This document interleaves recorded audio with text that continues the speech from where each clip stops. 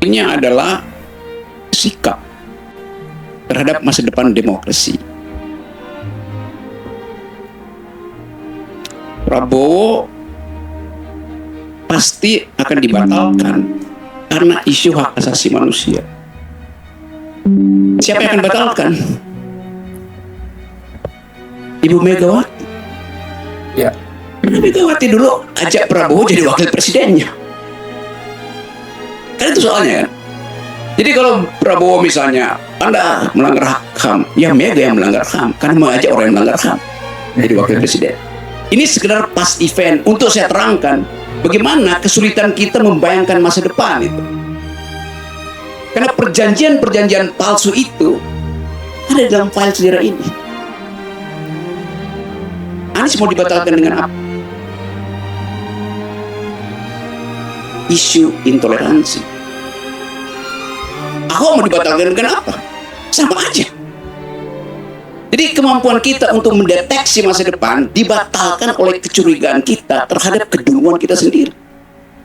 Itu bermain-main dengan sejarah lalu menjadikan sejarah alasan untuk mengukur potensialitas satu partai. Jadi saya nggak tanggapi itu bagian palsu. Coba kita lihat bagaimana palsunya watak pemimpin kita itu. Kemarin Ibu Mega datang karena diundang oleh Jokowi. Sebelumnya Ibu Mega katakan, Pak Jokowi Anda selesai, Anda petugas partai, ada pengganti Anda, petugas partai baru namanya Ganjar. Sekarang Ibu Mega dipanggil oleh petugas partai. Di mana hierarki etisnya sih? Kan Jokowi sebagai petugas partai memanggil ketua umumnya untuk datang ngobrol dengan komplotan. Yang kita sebut koalisi. Dari segi itu, etik itu udah nggak ada. Jadi kalau kita ucapkan dengan cara yang lebih jujur, apa yang terjadi hari ini? Tukar tambah kuantitatif. Bukan prosedur kualitatif untuk menghasilkan demokrasi itu. Dari awal misalnya Sandi ditawarkan jadi wakil presiden Ganjar, mesti diusir oleh PDIP. Itu kapitalis. Sementara PDIP adalah sosialis itu. Bagaimana? Dikawinkan paksa pun nggak mungkin itu. Demi alasan apa? Pragmatisme. Masih asisten pragmatisme. Jokowi udah di ujung masa jabatannya, masih mau jadi kingmaker. Demi apa? Pertanyaannya. Raja itu diasuh oleh ide. Kan kita tanya, kalau Jokowi jadi kingmaker, idenya apa? Terhadap siapa idenya? Ya. Wong kingnya aja udah dibajak oleh PDIP, kok bagaimana mau jadi kingmaker? Sama halnya dengan PDIP, mau jadi kingmaker terhadap Ganjar. Lo kingmaker itu dia rampok dari tempat Jokowi, bukan dia asuh dari bawah. Saya mengucapkan itu di dalam fasilitas normativity of politics, bukan deskriptif, tapi yang normatifnya apa, yang preskriptifnya apa itu. Coba kita undang misalnya, kita bikin semacam thought experiment di sini. Di situ duduk Bung Karno, di situ duduk Nasir, di situ duduk Syahrir, di sini duduk Tan Malaka, di situ duduk apa namanya, gerilyawan DITII. Ya. Lalu Zakar. Bukan. Karto Suwiryo. Lalu mereka di ILC ini bahas capres-capres ini, dimaki-maki pasti. No ethics at all. Jadi tukar tambah apa yang kita bayangkan? Kita membayangkan ada king yang akan dihasilkan oleh kingmaker hari ini. Gak ada kingmaker, yang ada adalah makelar. Ibu Mega makelar, Jokowi makelar. Karena pertanyaan demi apa itu? Bagi Jokowi tentu demi dinastinya, demi oligarkinya, bukan demi si king wannabe. Demikian juga Ibu Mega, demi apa? Kalau demi Soekarnoisme, demi ide Soekarno, mesti batalkan seluruh peluang agen-agen kapitalis masuk di PDIP. Logiknya begitu. Jadi apa yang terjadi pada bangsa ini itu sama seperti apa namanya itu, menunggu ketidakpastian atau apa namanya, waiting for Godot yang ditulis oleh Samuel Beckett tentang absurditas, tentang usefulness itu. Jadi kita menunggu apa sebetulnya? Sementara KPU sendiri nggak ngerti ini prosesnya apa tuh. Nanti September, lalu sementara ini ngapain coba? Undang aja semuanya Prabowo di sini segala macam, debat aja di situ.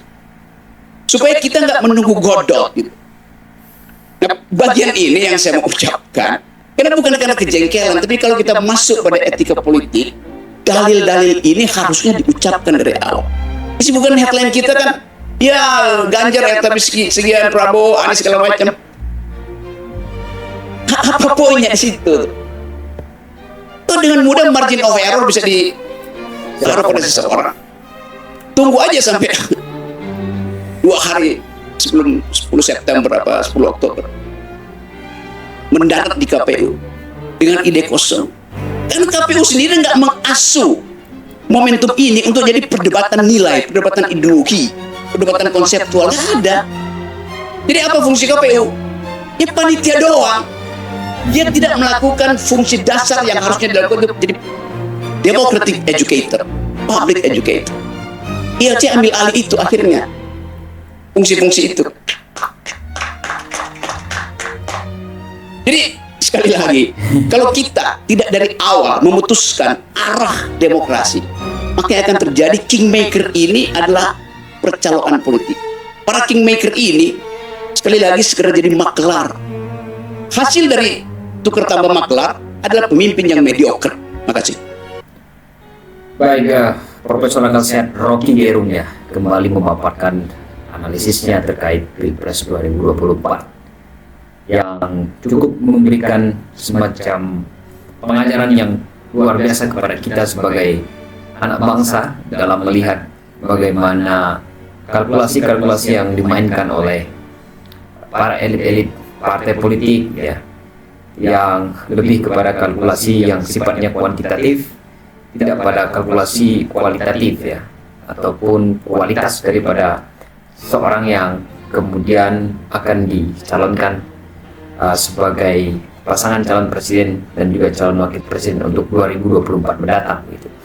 Meskipun misalnya Rocky Gerung ini memang mampu untuk membaca masa depan sebenarnya, kemampuannya dalam melihat berbagai persoalan-persoalan bangsa saat sekarang ini, di mana Rocky menilai bahwa tidak terjadi perdebatan yang secara ideologis, tidak terjadi perdebatan secara konseptual, dan para kingmaker yang menjadi bagian dalam meramu istilahnya pasangan calon presiden dan juga calon wakil presiden di 2024 mendatang ini memang ketika diperbandingkan dengan masa-masa di mana awal daripada Negara Kesatuan Republik Indonesia ini didirikan gitu ya. Ada pertarungan-pertarungan konseptual, pertarungan-pertarungan yang sifatnya lebih ke ideologis di dalam upaya untuk menata demokrasi ke masa mendatang begitu. Dan oleh Rocky Gerung bahwa tampak sekali terjadi percaloan politik antar elit-elit partai politik atau yang disebut tadi sebagai kingmaker, dan banyak sekali kingmaker ini yang nampaknya terjebak pada pola-pola pembacaan yang sifatnya lebih kepada kuantitatif ya, ketimbang misalnya mengedepankan sisi kualitatif ataupun kualitas daripada masing-masing calon presiden dan juga calon wakil presiden untuk 2024 mendatang. Sehingga menarik bahwa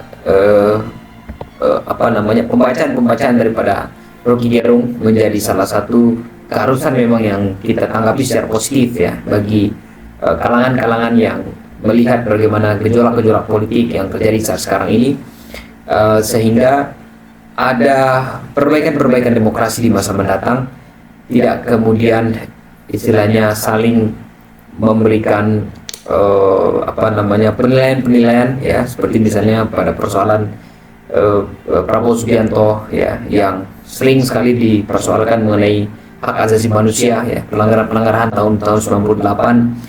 Begitupun dengan misalnya Anies Rashid Baswedan yang selalu saja dikaitkan dengan persoalan intoleransi, dan pasangan-pasangan yang seperti itu seharusnya pasangan calon ataupun calon presiden untuk 2024 mendatang seharusnya berdebat, ataupun para kingmaker ini istilahnya mampu untuk memberikan semacam perdebatan-perdebatan yang lebih ideologis, yang lebih konseptual, ketimbang harus selalu berpatokan pada sisi-sisi yang sifatnya kuantitatif ya. Dan Rocky Gerung kemudian juga memberikan semacam ingatan kepada atau peringatanlah kepada Joko Widodo begitu, agar tidak kemudian menjadi kingmaker yang sifatnya untuk meneruskan dinasti politiknya begitu ya. Karena dari bacaan Rocky Gerung bahwa para kingmaker seperti misalnya Megawati, Joko Widodo ya, yang tampaknya tidak memikirkan istilahnya persoalan-persoalan debat-debat yang bersifat gagasan, yang bersifat konseptual begitu ya. Jadi Rocky Gerung membaca ini sebagai salah satu bentuk bagaimana kemudian problem yang diperbandingkan dengan para founding father kita ini ya, sebelumnya seperti misalnya beliau Rocky menyebut Bung Karno ya, Sultan Syahrir, Muhammad Natsir begitu ya.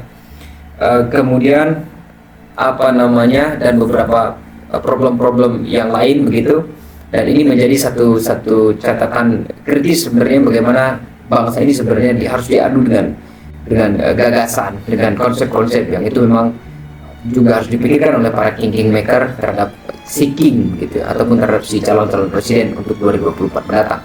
Tapi memang yang perlu kita ingat bahwa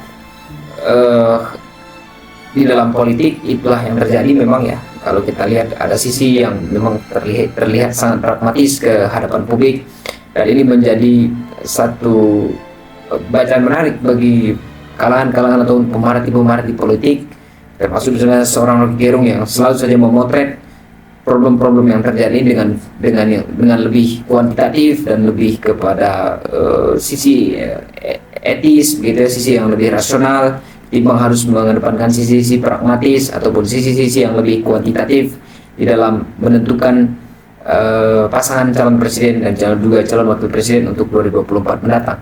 Dan bagi Rocky Gerung bahwa kingmaker saat sekarang ini adalah percalonan politik ya, adalah para maklar politik begitu, yang nantinya bagi Rocky Gerung ini menjadi salah satu kritik tajam sebenarnya bagaimana sisi-sisi gagasan yang lebih konseptual seharusnya ditonjolkan dalam upaya untuk membangun satu kematangan demokrasi ya, kira-kira begitu untuk masa mendatang gitu. Terima kasih rekan-rekan dan selamat menjalankan aktivitas kembali.